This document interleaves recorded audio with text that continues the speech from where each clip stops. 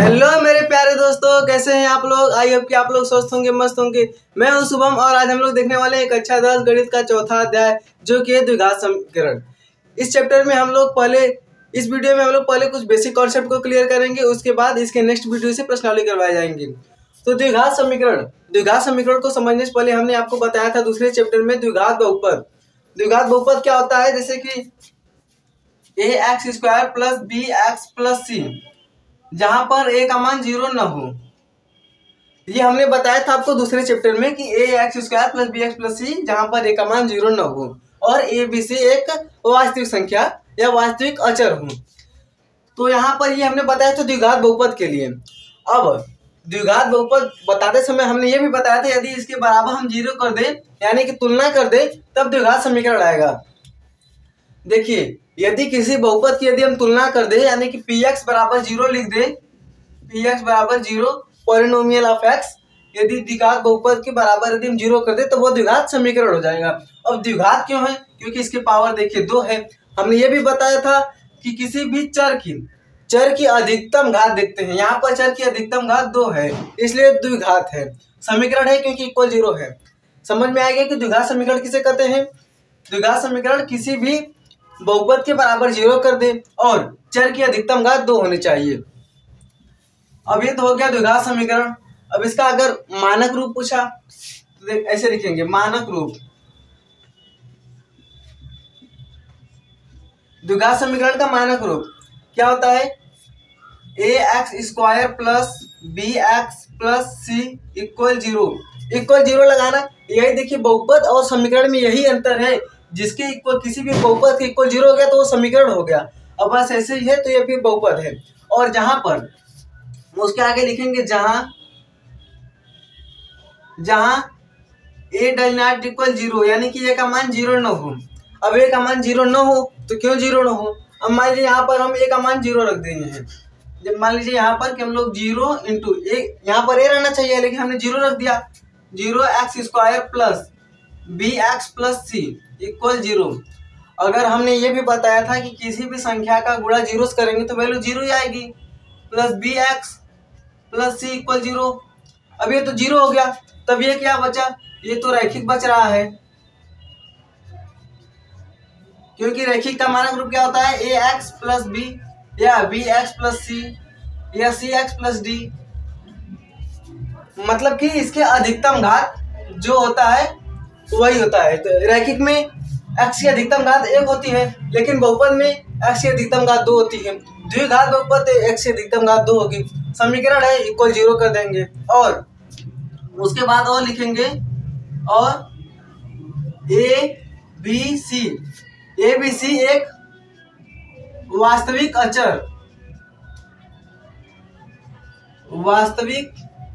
अचर या फिर अचर मत लिखिए, वास्तविक संख्या है।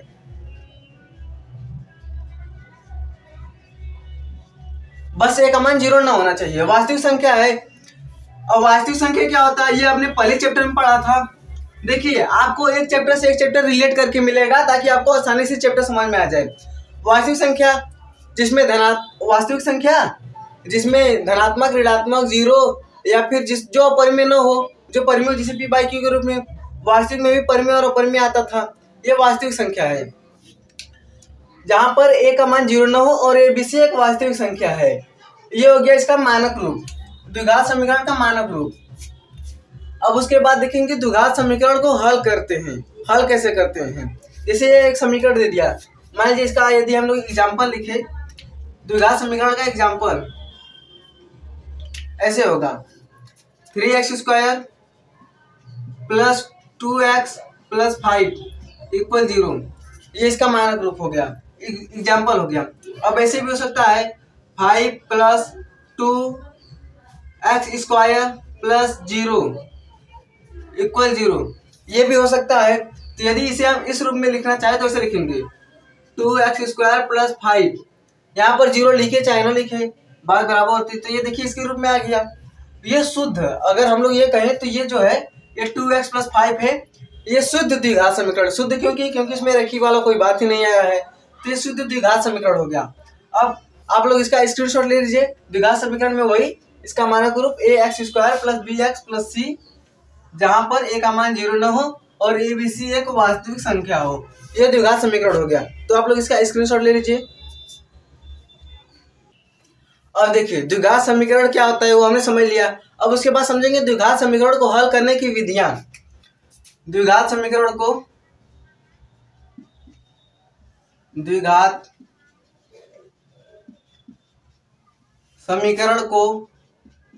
हल करने की विधि।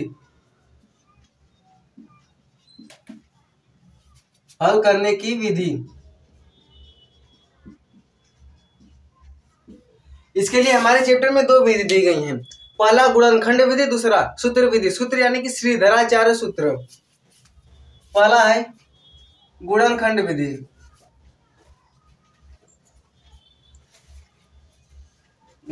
विधि,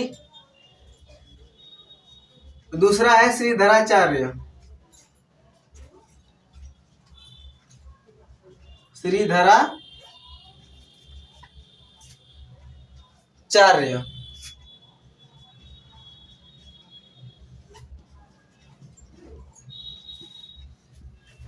ये गुणनखंड विधि और ये श्रीधराचार्य विधि। अब गुणनखंड विधि क्या होता है? जैसे हमारे पास समीकरण दे दिया 5x² + 2x + 3 = 0। इसे गुणनखंड विधि से हल करेंगे। लेकिन यदि श्रीधराचार्य या फिर सूत्र विधि की बात करें तो उसके लिए देखिए हो जाएगा। जैसे इसके लिए सूत्र क्या होता है, x की वैल्यू निकालना है। हमारे पास एक मानक रूप दे दिया ax² + bx + c = 0। ये समीकरण दे दिया। लेकिन यदि हमें इसकी सूत्र विधि से निकालना पड़े तो सूत्र क्या होता है? सूत्र आप लोग अभी नोट कर लीजिए। x की वैल्यू निकालने के लिए -b + -√b² - 4ac/2a, ये सूत्र होता है। x की वैल्यू निकालने के लिए -b + -b² - 4ac/2a। ये जो b और b a c a है, ये वही a b c यही है। यदि इसे हम दूसरे रूप में लिखना चाहें तो इसे लिखेंगे। यहाँ पर प्लस माइनस दोनों है। एक हो जाएगा x बराबर -b + √b² - 4ac/2a, और दूसरा जो होगा या x बराबर -b √b² - 4ac/2a। ये दो सूत्र हो गए। इस सूत्र पर क्वेश्चन आते हैं, ये इंपॉर्टेंट है। ये श्रीधराचार्य सूत्र विधि हो गया और गुणनखंड विधि हो गया। गुणनखंड विधि कैसे हल करते हैं वो तो हम लोग जब क्वेश्चन करेंगे तब देखेंगे। श्रीधराचार्य विधि के लिए ये दो सूत्र हैं। एक ये है, यहाँ पर देखिए प्लस है तो एक बार प्लस लेंगे और एक बार माइनस है तो एक बार माइनस लेंगे। ये श्रीधराचार्य सूत्र विधि हो गई। और एक बात आप लोग के एनसीईआरटी बुक में दिया है कि जो सूत्र को, इस द्विघात समीकरण को सबसे पहले किसने हल किया था? तो बेबीलोन वासियों ने ही द्विघात समीकरण को सबसे पहले हल किया था। ऐसा एनसीईआरटी में छोटी सी एक लाइन एक जगह पर लिखी है। एक एमसीक्यू भी पूछ सकता है कि क्या द्विघात समीकरण को सबसे पहले किसने हल किया था? 4 ऑप्शन दे दे, उसमें बेबीलोन वासियों भी दे दे। तो इस बात को याद रखिएगा। हम लिख देते हैं बेबीलोन वासियों।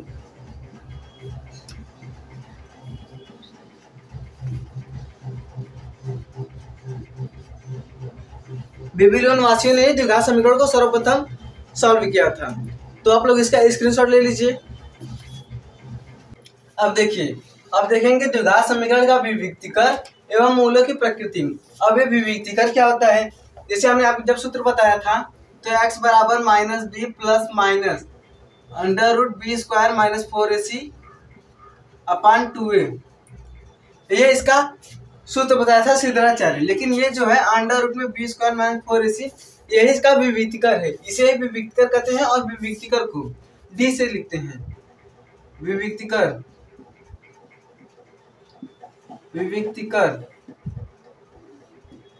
इसे d से लिखते हैं और इसका d बराबर होता है b² - 4ac।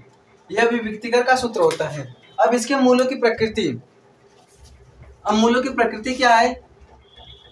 जैसे अब जब हम इसे सॉल्व करेंगे, कोई समीकरण दिया रहेगा, जब उसे सॉल्व करेंगे तो या डी की वैल्यू 0 के बराबर आएगी, या डी की वैल्यू बड़ी होगी 0 से, या डी की वैल्यू छोटी होगी 0 से।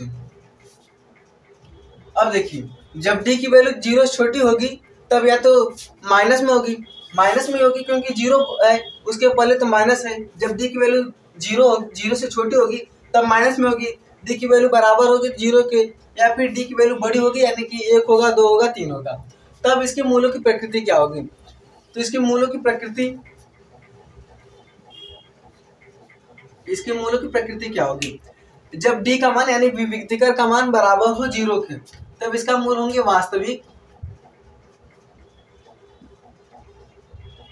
वास्तविक और समान। अब ये वास्तविक और समान क्या है? जैसे मान लीजिए कोई हमारे पास समीकरण दिया गया है, हम उसे हल कर रहे हैं, तो x की 2 वैल्यू आएंगी, एक आया 1/2 और दूसरा भी आ गया 1/2। क्या ये वास्तविक है? वास्तविक भी है, और ये भी है, दोनों समान है। यानी कि जब d की वैल्यू 0 के बराबर होगी तो कोई समीकरण दिया रहेगा, जब हम उसे हल करेंगे इसका मूल वास्तविक और समान होगा। जैसे देखिए, वास्तविक भी है और समान भी है। अब उसके बाद जब d की वैल्यू बड़ी होगी 0 से, तो वास्तविक होंगे लेकिन असमान होंगे। वास्तविक होंगे लेकिन असमान होंगे। जैसे यही 1/2 दिया है और दूसरा 3/5। अब देखिए, वास्तविक दोनों है, लेकिन ये 1/2 और ये 3/5 है, समान नहीं है। जब d की वैल्यू बड़ी होगी 0 से। अब तीसरा, जब d की वैल्यू छोटी होगी 0 से। जैसे मान लीजिए 0 है, इधर 1 है, ये 2 है, 3 है, ऐसे ही। अब इधर -1, -2, -3, इसी में वैल्यू आएंगी तभी तो d की वैल्यू 0 होगा, या तो माइनस में होंगी। जब माइनस में होंगी तो ये काल्पनिक है, तो होगा काल्पनिक, वास्तविक नहीं होगा, काल्पनिक। या फिर अवास्तविक लिखिए या काल्पनिक।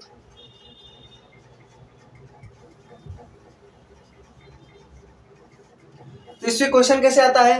एक समीकरण दे देगा और पूछेगा क्या ये वास्तविक है, क्या अवास्तविक है। इसमें विविक्तिकर क्या है, इसका विविक्तिकर निकाल के, यदि इसके विविक्तिकर वास्तविक और समान है, इसकी विविक्तिकर वास्तविक है, तो इसका मूल निकालिए। ऐसे क्वेश्चन आता है, तो ये जो है इम्पोर्टेंट है। आप लोग इसका स्क्रीनशॉट ले लीजिए। तो इस प्रकार हमारा यह द्विघात समीकरण का बेसिक कॉन्सेप्ट यहीं पर समाप्त होता है। हम आपसे मिलेंगे, प्रश्नावली 4.1 को सॉल्व करेंगे। तब तक के लिए धन्यवाद।